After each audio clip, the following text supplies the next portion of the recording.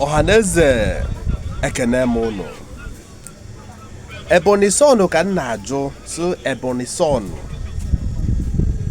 Ndị asị ka adasịrị gị moto a ka advertisement ka iji ya eme.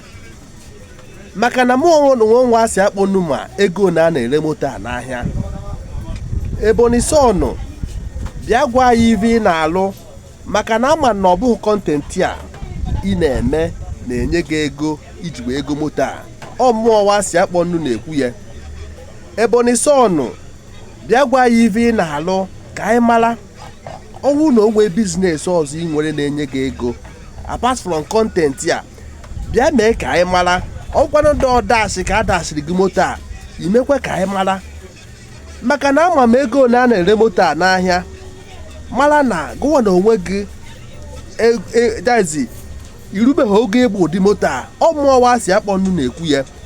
Bịa kọwara anyị ọfụma ka anyị were mara na ọwụ dasịn ka onye na-ere moto a dasịrị gị ya ka i wee na-emere ya advat ka o nwere ife ọzọ dị ya n'elu.